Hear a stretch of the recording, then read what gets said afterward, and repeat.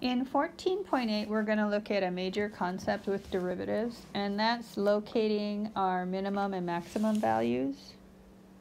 Let's go ahead and review with single variable calculus on this graph that I'm going to add arrows to because it'll bug me if they're not there. Notice that when we talk about minimums and maximums, what we're looking for is high and low points in our graph, or peaks and valleys. So for this particular graph, it looks like I have two low points. And these are what we call local minimums. Local minimums correspond to derivative of zero or undefined derivatives, could also be. If a derivative is zero, it's got a horizontal tangent line. So these are local mins, or minimums, because if I look at any open interval around this point, so these corresponding x values, so if I can find an open interval so that that point, that local min, is the lowest point on the graph, meaning that the y values are going to be greater than or equal to that point, then it's a local min. Okay? So as long as you can find some open interval where the y value is at its smallest, then it's a local min. And then we have the corresponding definition for a local max. Notice that in this particular case, my tangent line is horizontal. However, remember we can also have mins and max where we don't even have a derivative because it could be a sharp corner. So this would be our local max. And I can find some open interval so that that's the highest point. Notice that there is no absolute max for this particular function because these endpoints go to positive infinity.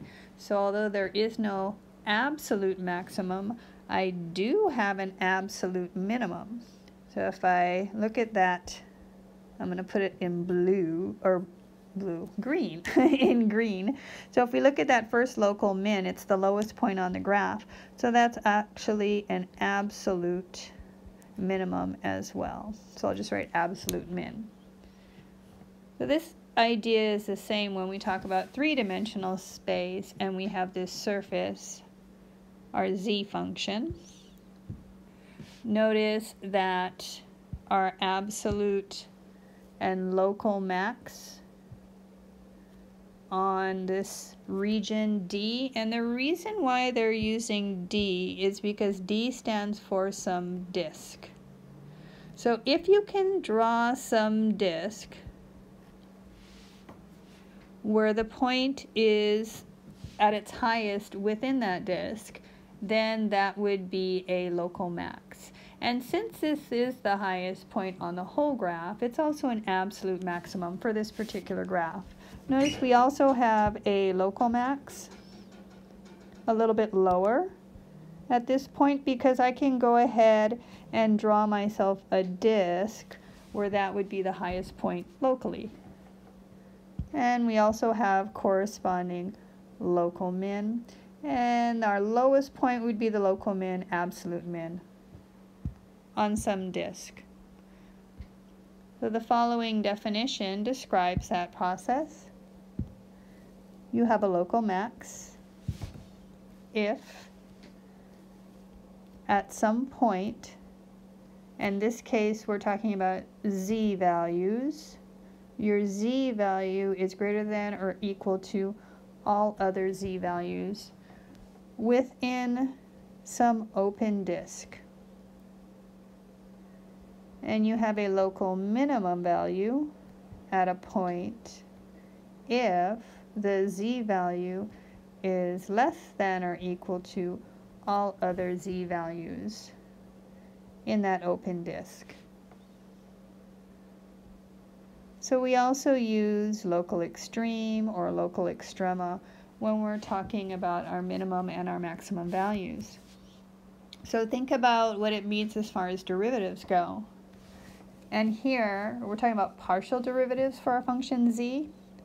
So if your partial derivatives exist, and there is local extrema, then the tangent plane at that point is a horizontal tangent plane. I'm going to go back up to that three-dimensional graph, because remember, we're not talking about tangent lines now.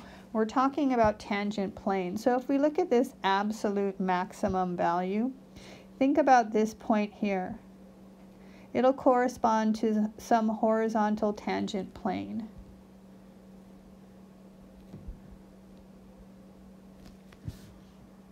So again, if the partial derivatives do exist, then there's a horizontal tangent plane at your max or min.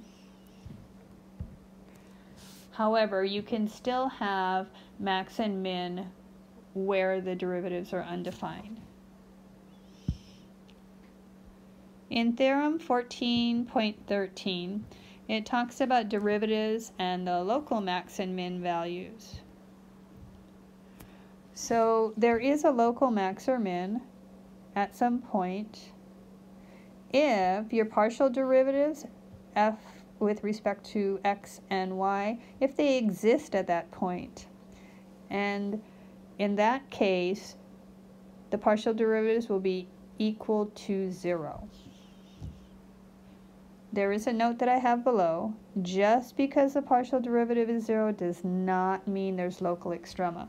This theorem says if there is a local min or max, then the partials are equal to 0. It doesn't say if the partials are equal to 0, then there's a local min or max. So the first thing we're going to do when we locate minimum and maximum values, and this is also the same from single variable calculus, is we find our critical points. So typically your critical points is where your derivative is either equal to 0 or where your derivative is undefined. And that would be the same in three-dimensional space as well. You have a critical point if either of these conditions is met. So the first condition just says that the partial derivatives are 0. Or condition 2, 1, or both of the partial derivatives, they do not exist. So let's go ahead and find critical points. Remember, critical points don't mean there are local extrema, it just means that they're candidates for local extrema. In example 1, we want to find the critical points of our function. So this function is x squared plus 3y squared. So the first thing I'm going to do is I'm going to compute the partial derivatives, and then I'm going to see if the partial derivatives can be equal to 0 or if they can be undefined. The partial derivative with respect to x is 2x. Notice that this is always defined. There is no x value that makes this partial derivative undefined. So the only value I'm trying to find is where this is equal to 0, which would be when x is equal to 0. But remember, we're looking at a point. This is just the x value, so I'm actually not done. I also have to figure out what the y value would be. So what I'm going to do is I'm also going to compute the partial derivative with respect to y, which would be 6y. Noticing that this is never undefined, so I'm just going to set this equal to 0 and solve for y. And now I have my point. I'm going to just write CP for critical point. So my critical point is going to be at the point x0, y0. So if x is 0 and y is 0, then at that critical point the derivative is 0. So don't forget, just finding an x value or a y value is not enough. That was a very basic example. And the reason why is because when I found my partial derivatives, they were just in respect to one variable. However, if we look at example 2 and we want to find the critical points of this function, computing the partial derivative with respect to x gives me 4x to the third minus 16y. Notice that it is defined for all x and y. There's no place where it's undefined. However, this equation has both an x and a y. So when I set it equal to 0, I can't solve. I have one equation, two variables, there's infinitely many solutions. What I could do is I could isolate maybe the x's to get x to the third equal to 4y, and I'm going to stop there. I'm going to look at the partial derivative with respect to y. Maybe that can give me something more than the first one did. That would be 4y to the third minus 16x, always defined for all x and y, so I'm going to set this equal to 0. I run into the same problem I had before. I have one equation, two variables that I cannot solve. But what I can do is maybe I'll isolate the y to get y to the third equal to 4x. These look very similar. Well, I'm going to go back to this first partial derivative with respect to x, and I'm going to go ahead and solve it for y to get x to the third over 4 equal to y. And then I'm going to go ahead and plug that value in, because remember, these go together. I have to find an ordered pair, an x and a y. I'm going to end, whenever you set your partial derivatives equal to 0, remember the partial derivative of x is equal to the partial derivative of y, which is equal to 0. So I can work both of these equations simultaneously. If I plug in x to the third over 4 in for my y value, then I have one equation with one variable that I can solve. I'm going to go ahead and set this equal to 0, right? This is x to the 9 over 64 minus 4x equal to 0. And then perhaps I could multiply through by 64. So now it's just a matter of algebra. I believe it's 256. Factor and solve. So something I want you to notice is when I first substituted in x to the third over 4, I could have divided both sides of this equation by x. The problem is when you do that, when you divide by the variable, remember algebraically you're losing a solution. So typically what we do is we set equal to 0, we factor, and then we set each factor to 0. Again, if you divide it out by x in the beginning, you would have lost this solution here, x is equal to 0. You'd have only had the x to the 8 minus 256 equal to 0. So adding, and then I get x to the 8 equal to 256. If I take the eighth root on both sides, remember it's an even root, so I have to add the plus minus. You know, this is so much minor little algebra stuff. So I get plus or minus 2. And that's just my x values. So let's see what we have here. If x is equal to 0, that was my first value. If x is equal to 0, I have to figure out the corresponding y value. So what I'm going to do is I'm going to take these values and put it back into my equation for the partial derivative. If x is equal to 0, y is equal to 0. If x is equal to 2, and I put 2 into that equation for x, I get y is equal to 2.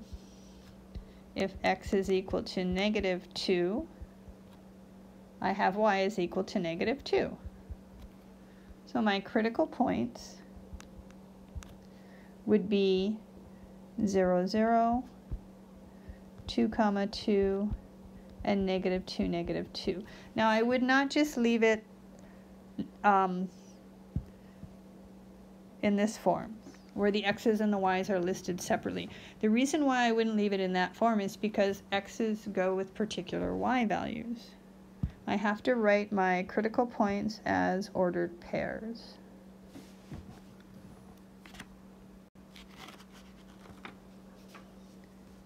So now that we're in three-dimensional space, we always have some funky stuff going on. What we're going to talk about next is going to be our saddle point. Looking at this diagram, and we looked at this when we first started talking about three-dimensional surfaces.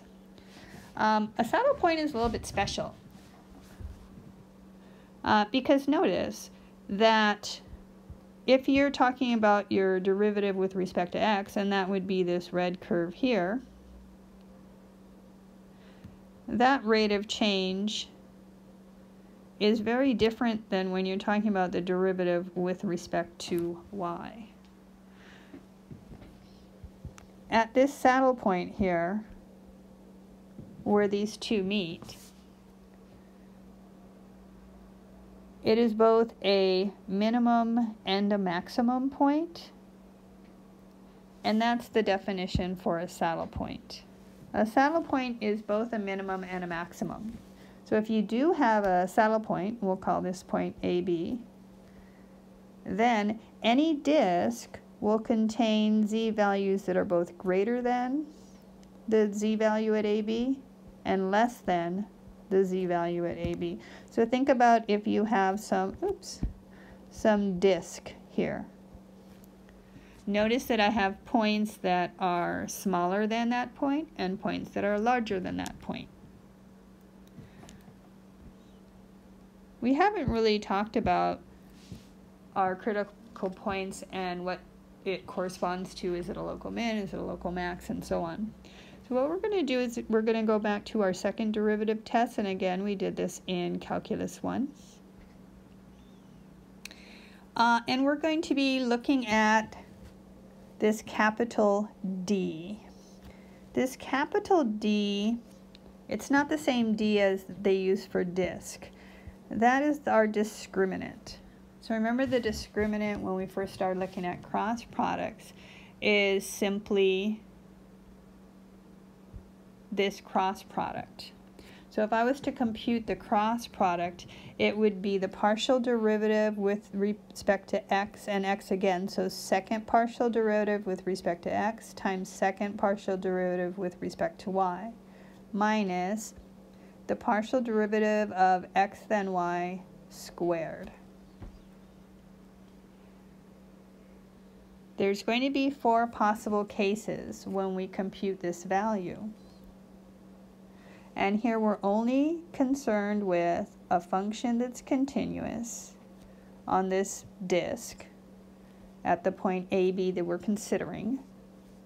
And we're only considering the case where the partial derivatives are equal to 0. We're not looking at the case where the partial derivatives are undefined. The first condition says if the discriminant is greater than 0, if the discriminant is positive, and the second partial derivative with respect is negative, then it's a local max. Second condition, discriminant positive, partial derivative, second partial derivative with respect to x positive, it's a local min. Well, let's say your discriminant is negative, then we have a saddle point.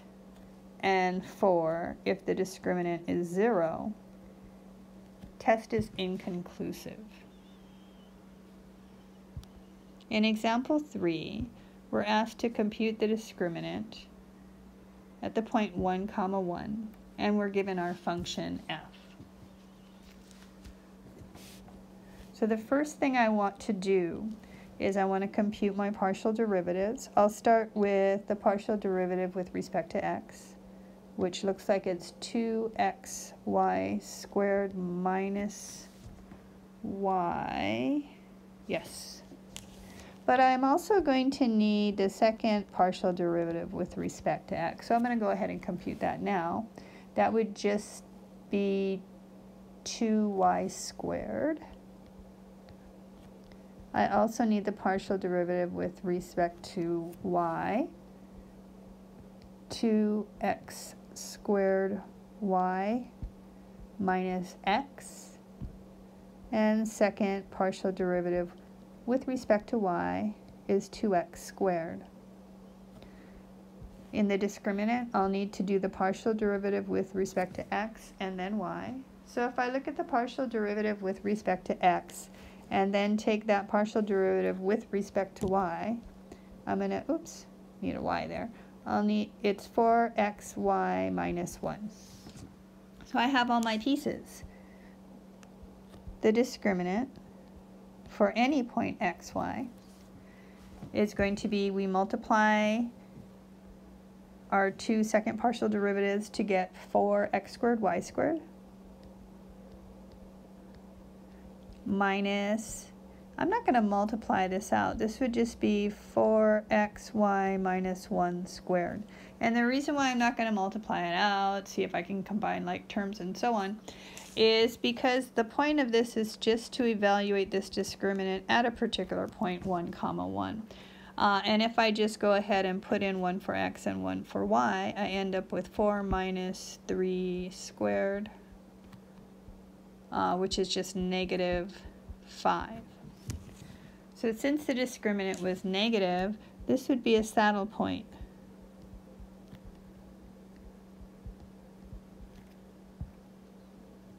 So we found the value of the discriminant, and that corresponds to a saddle point. What I would like to do is go back up to this definition. Notice that it says that the partial derivative with respect to x then y is what we need to compute. Well, you could also use y then x. And in the criteria 1 and 2, we're looking at the partial derivative, the second partial derivative with respect to x, but it also works if you look at the second partial derivative with respect to y.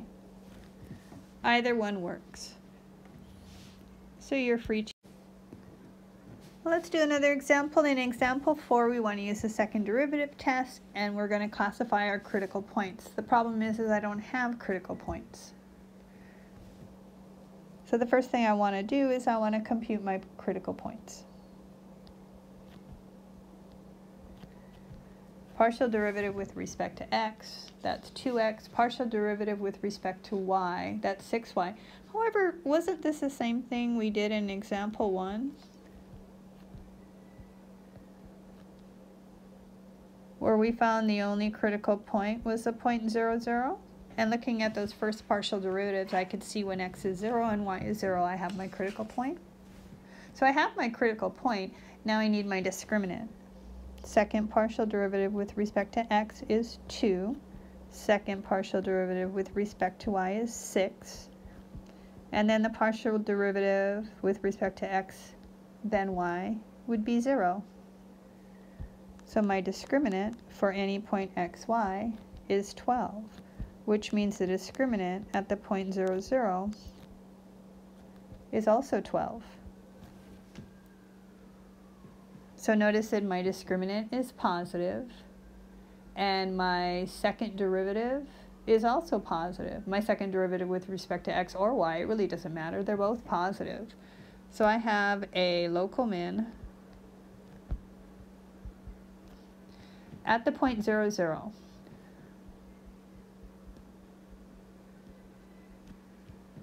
However, this just tells me where that local minimum occurs. Remember, the 0, 0, that's an x and a y value. The actual minimum value is a z value. So the minimum value is a z value. If I put in 0 for x and 0 for y in my function, I get back a z value of 0. So the minimum value is 0. It happens at the point 0, 0. So there's a difference between finding where the minimum or maximum occur and what the minimum or maximum value is. Oh, let's go back up there for a second. Notice that if you're trying to find a local value, min or max, since this is an x, a y, and a z value, you could also write it as an ordered triplet. So this would be the point 0, 0, 0. That's where we have a local min. Okay, now let's look at example 5. We're going to use a second derivative test to classify the critical points of this function x to the fourth plus y to the fourth minus 16xy from example 2. So remember, we already found those critical points. Those critical points were 0, 0, 2, 2, negative 2, negative 2. So we already found the critical points, and now we want to classify them, which means I need to get the second derivative with respect to x, with respect to y, and then x, then y. So f with respect to x was 4x to the third minus 16y. Take the derivative with respect to x again, and it looks like it's 12x squared. The derivative with respect to y was 4y to the third minus 16x. So the derivative with respect to y again would be 12y squared. And then partial with respect to x, then y, is negative 16. Okay. Discriminant would be, if I multiply those together, I get 144 x squared y squared minus negative 16 squared. I don't know what that, I'll just leave it that way.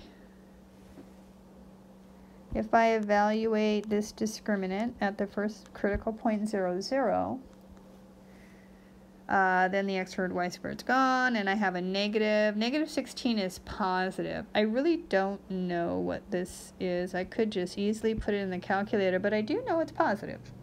Or negative, sorry. Because the negative 16 squared is positive. Sorry, this is negative. It's less than 0. So I'm not even going to compute it. I know that the discriminant is less than 0, so I know it's a saddle point. So I do know that at the point 0, 0, we have a saddle point.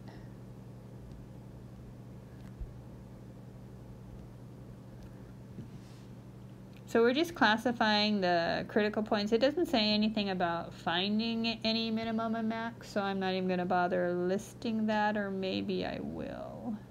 Yeah, at the point 0, 0, the z value is 0. No, I'll just leave it like that. Let's look at 2, 2. This would be 144 times 16 minus a negative 16 squared. Positive minus the negative 16 squared would be less than, I'll figure it out, 2048. All right, so this discriminant is greater than 0. It's positive, and when I look at my partial derivative with respect to x, with an x value of 2, that's also positive. So we have to put this in our partial derivative. That's going to be equal to 48, I believe. So discriminant positive, partial with respect to x, second derivative of x is positive. That would be a local minimum. So we have a local min, well, maybe I will put the z value of, if I put in the 0.22, my z value is negative 32. So I have a local minimum of negative 32 at the 0.22. If I look at the discriminant for my last critical point, negative 2, negative 2, that's also equal to 2048, which is positive. And looking at my derivative, notice that you could also use with respect to y. Second derivative with respect to x at negative 2, negative 2 is 48. So there's a local minimum of negative 32 at 2, 2, but also at -2. -2. If you put in -2 for x and -2 for y, you still get the same z value of -32. So we can also write these points as ordered triplets instead of ordered pairs. Example 6, again, we're going to use the second derivative test to classify my critical point. This is just x to the 4th plus y to the 4th. First of all, I need a critical point, so I'm going to, oops, I don't want green, I want blue. Compute my partial derivative, which is going to be 4x to the 3rd. It is defined everywhere, so x is equal to 0 would be the x value at the critical point. Partial derivative with respect to y is 4y to the 3rd. Set that equal to 0, and we get y equal to 0. So I have a critical point at 0, 0. Second derivative with respect to x is 12x squared. With respect to y is 12y squared. With respect to xy is 0. So my discriminant is 144x squared y squared. Evaluating at the point 0, 0, the discriminant is 0. Okay, inconclusive.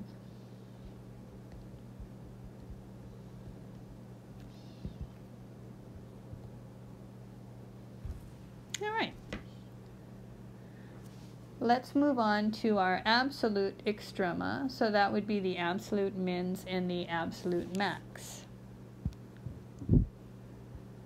Well, in two-dimensional space, this goes back to our calculus 1. In two-dimensional space, if you have some continuous function on a closed interval, and the closed interval means that it's going to stop and include its endpoints.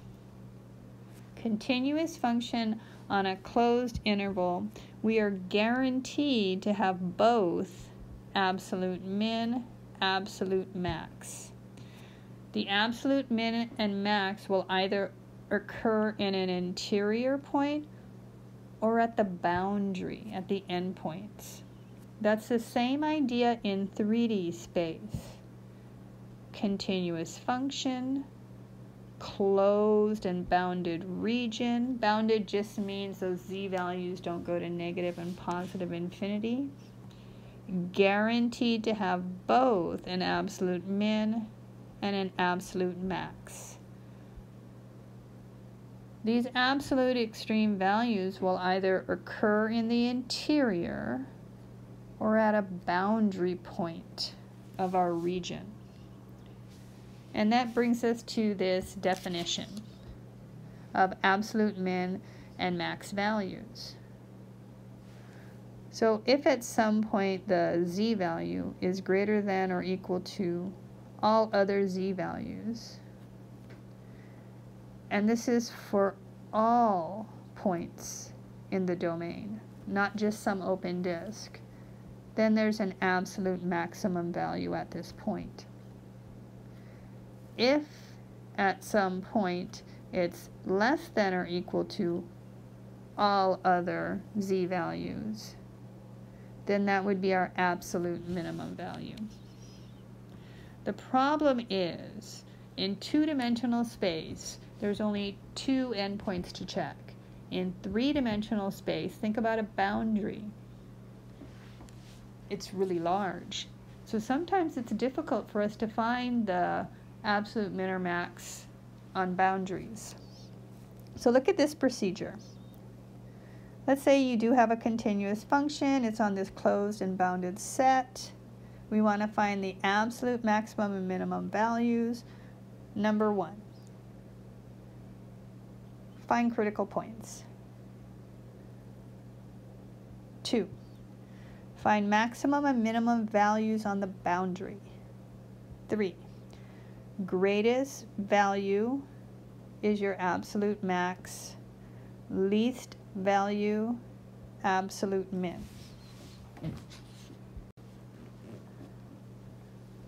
So I have this little note up here that says finding the minimum and maximum values at the boundary is challenging. If the boundary is a circle, writing the boundary as a parametric equation is useful. So in your textbook, you can refer to the example 6 in the textbook if you want to look at how you would do the boundary if it's a circle. I'm going to do a boundary on a rectangle, and in fact it's going to be a square. Example 7, we want to find the absolute min and max values for this function on this region. So notice that this region R gives me x and y values, but the x values are greater than or equal to -1, less than or equal to 1. The y values are the same, greater than or equal to -1, less than or equal to 1, which means this region is closed. Because our x values are on a closed interval from -1 to 1, and our y values are also on a closed interval from -1 to 1. So our region is closed and bounded. First thing I want to do is I want to find my critical points. So I need my partial derivative with respect to x, which would be 4x, and I need my partial derivative with respect to y, which is 2y. So notice that they're both defined. There's no place where it's undefined. So if we just look at 4x and we look at setting this 4x equal to 0, I have x is equal to 0. Similarly, if I set 2y equal to 0, that gives me y equal to 0. So my critical point is the point 0, 0, and that's my only critical point. Notice that if I put 0, 0 into the function, I get 4, and that's important because remember the last thing we want to do is we want to take the value at the critical point, so the z value, which in this case is 4, and then when we want to take the min and max values on the boundary, choose the greatest for the absolute max, smallest for the absolute min. Here's the fun part. We're looking at the boundary. Maybe I'll write that down. Oops. So what I'd like to do is just graph this boundary. And it's just a sketch. So we're going -1 to 1, -1 to 1. My boundary is a square. It has 4 sides. Each side has a different equation representing it. So I need to find the minimum and maximum values on my boundary. So let me go ahead and look at this top piece here. The equation is y equal to 1. So what I'm going to do is I'm going to set y equal to 1 in my equation of my function. So my function is now x comma y is always going to be 1. That's going to give me 2x squared plus 5.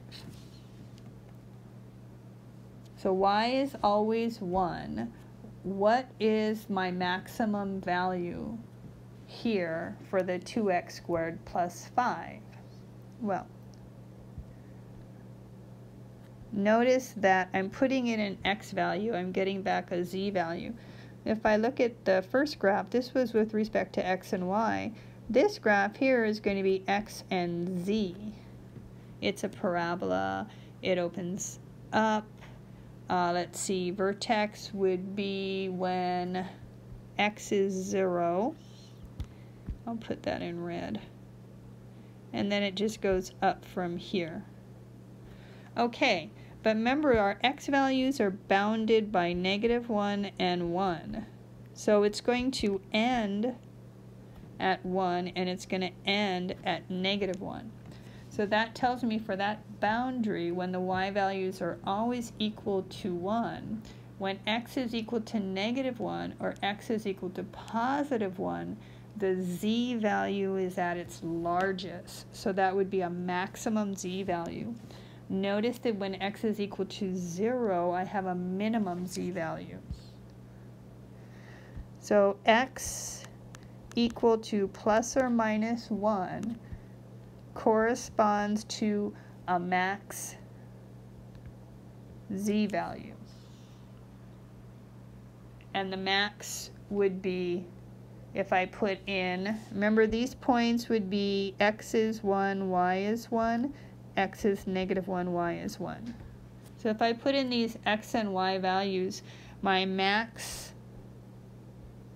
is a z value of 7. And that's larger than what I got in part 1. So I can already tell that that value of 4 in part 1 is not an absolute max.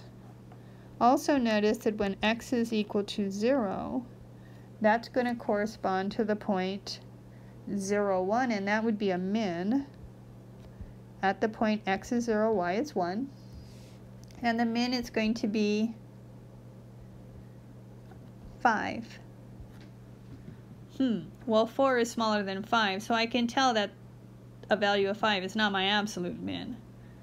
So it looks like so far the absolute max could be 7 and the absolute max could be 4.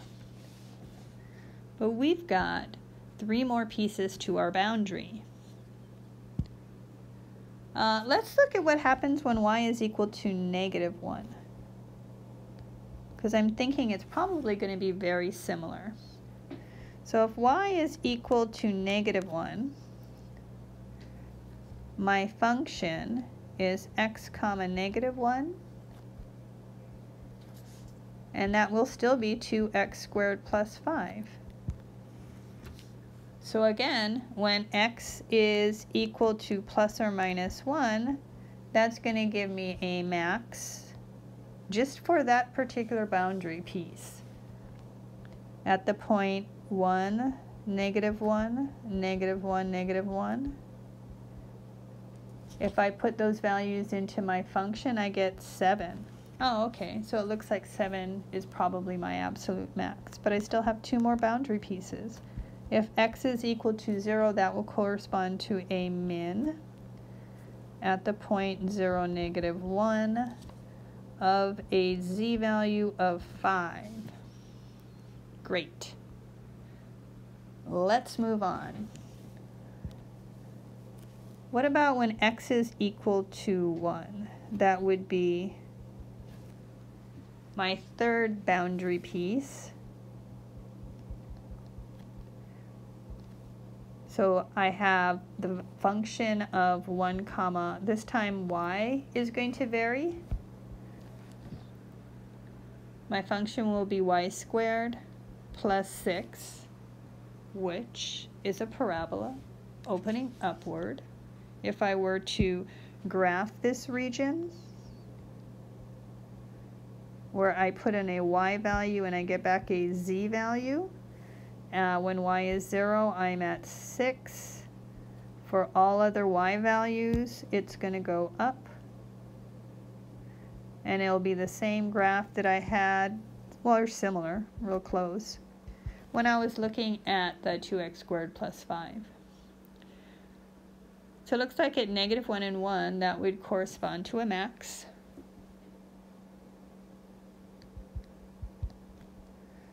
And it's going to correspond to a max at the point 1, 1, 1, negative 1. Well, we already looked at that point, didn't we? We looked at it when we looked at the other side, and that would be 7. And when y is equal to 0, we have a minimum value, a minimum z value. So that would be at the point 1 comma 0. At 1 comma 0, we have 6. So it still looks like 7 is going to be our absolute max. When x is equal to negative 1, we're looking at that last piece of our boundary. Our function is going to be negative 1 comma y. which again would be y squared plus 6.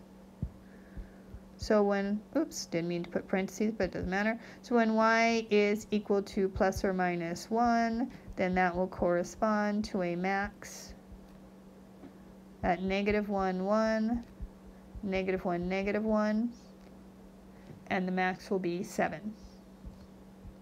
When y is equal to 0, it corresponds to a min. The point would be negative 1, 0, and this would be 6. So comparing all these values that we got, we had a 4, 7, 5, 7, 5, and 6.